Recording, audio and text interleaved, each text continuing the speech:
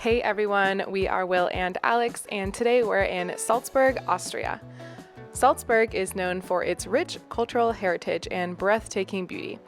In this video, we're recreating a photo from our 1950s travel book and sharing a list of our Salzburg recommendations. We drove 2.5 hours from Garmisch to Salzburg. You can also take the train into Salzburg. The main station is only a 25-minute walk to the center of Old Town. It is here where history and culture intertwine. Salzburg's Old Town, a UNESCO World Heritage Site, is full of Baroque buildings, narrow cobblestone streets, and charming squares.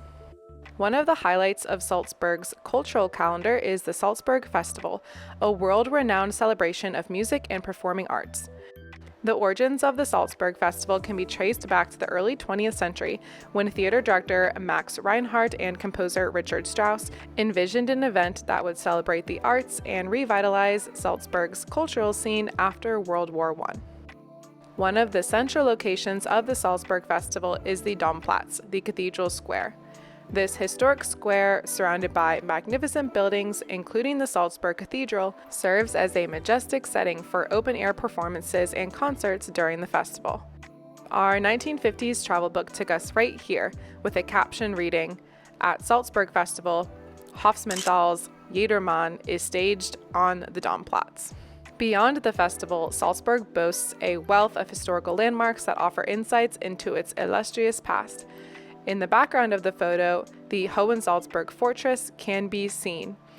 Perched atop a hill, it is one of Europe's largest and best preserved medieval castles, offering breathtaking panoramic views of the city. There are a lot of different ticket options, but we chose the all-inclusive ticket, which includes the funicular ride, access to the fortress area, courtyard, 3 museums, prince's chambers, and the Magic Theater. This is the most expensive ticket at €17 for adults. No visit to Salzburg would be complete without paying homage to its most famous son, Wolfgang Amadeus Mozart. Mozart's birthplace, located in the heart of the city, is a museum dedicated to the life and works of the musical genius. For a moment of tranquility, the Mirabell Palace and Gardens provide a peaceful retreat. These meticulously manicured gardens were the filming location of the Do-Re-Mi song in The Sound of Music. You can retake this historic shot from the top of the stairs and stroll around the Dwarf Garden, which also made a short appearance in the film. If you're wanting to partake in more Sound of Music shenanigans, we took the Panorama Sound of Music tour. This was on my mom's bucket list, and visiting the Lake District was a highlight for my dad. We got to visit many of the filming locations, and on the bus ride in between, everyone sang songs from the movie. It costs about €50 per person and lasts for 4 hours. If you're planning a trip to Salzburg, here's a short list of recommendations based on our experience. In the description, I'll leave a few blogs written by locals who know a lot more than us. For a good view of the fortress, we went to the Burgerwehr Münchberg, where you can walk along the old fortress walls. There's also a restaurant, art gallery, and park. And look, there's our friend Jill. We always stop to spend some time in Petersfriedhof. This graveyard looks a lot like the one in The Sound of Music, and it's what they based the set off of. It is the prettiest graveyard I've ever been to. Nearby is the Salzburg Cathedral, where Mozart was baptized. You can visit for a small price, and in the wintertime, there is a Christmas market outside in the Domplatz. The building where Mozart was born is on a main street, which is lined with shops and historic houses and is a great place to walk around. Nearby is a store called Christmas in Salzburg. It's stock full of hand-painted eggs and ornaments. You can use them on your Easter or Christmas tree. They're so cute.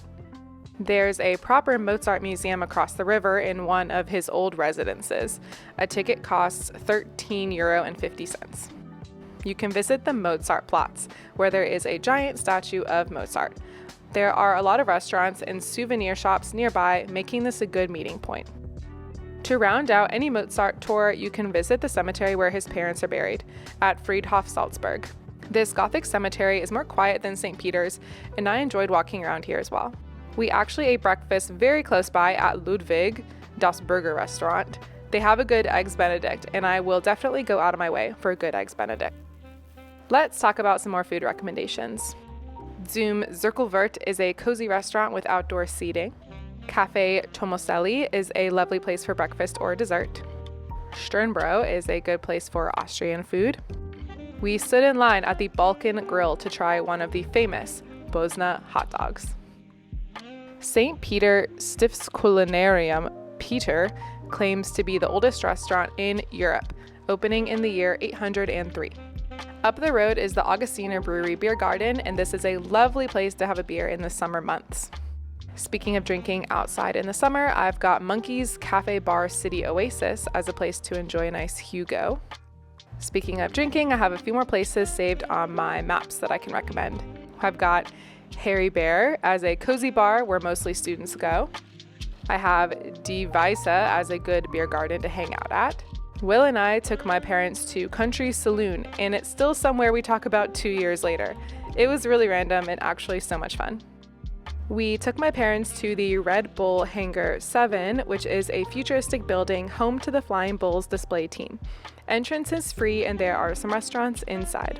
A few other places to go if you have transportation are the Salzburger Freilichtmuseum, an open-air museum with rebuilt farmhouses from the 1500s. It costs €12 for adults and €24 for families.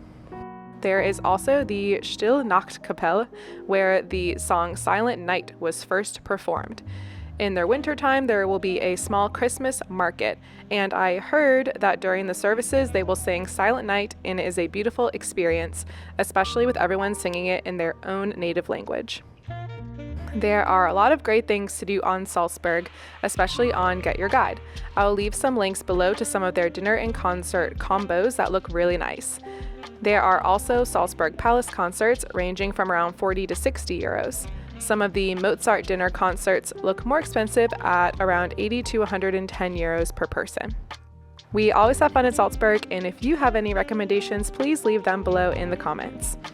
Thanks so much for watching, and please subscribe to follow along as we recreate all 2,000 pictures in our Around the World in 2,000 Pictures book.